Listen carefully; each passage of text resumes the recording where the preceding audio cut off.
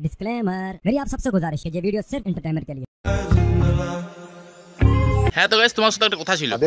ও তোমাকে ডিস্টার্ব করে দিলাম নাকি? তাহলে দেখো দেখো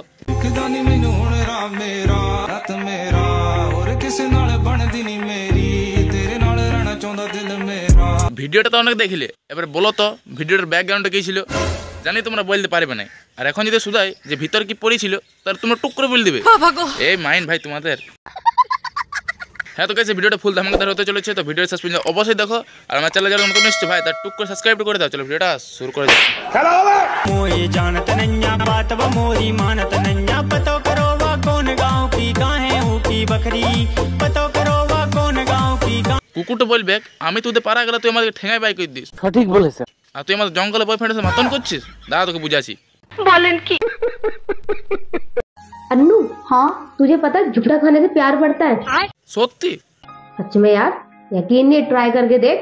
ঠিক আছে, কিন্তু আমার তো তোমার সাথে ট্রাই করার কোনো মন নাই। একটা কাজ করো, তোমার পাশে যে বসে আছে তাকে দিয়ে একটু ট্রাই করে দাও। कर फिर रोजे मैं खाती हूं। मजा आएगा ना भिड़ो।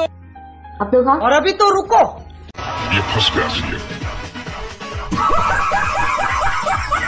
আরে ভালোবাসা বলবে বলে বলে কি করছে ভাই? আমি একটা ইউটিউব ভিডিও করছি, কারণ শুটিং না।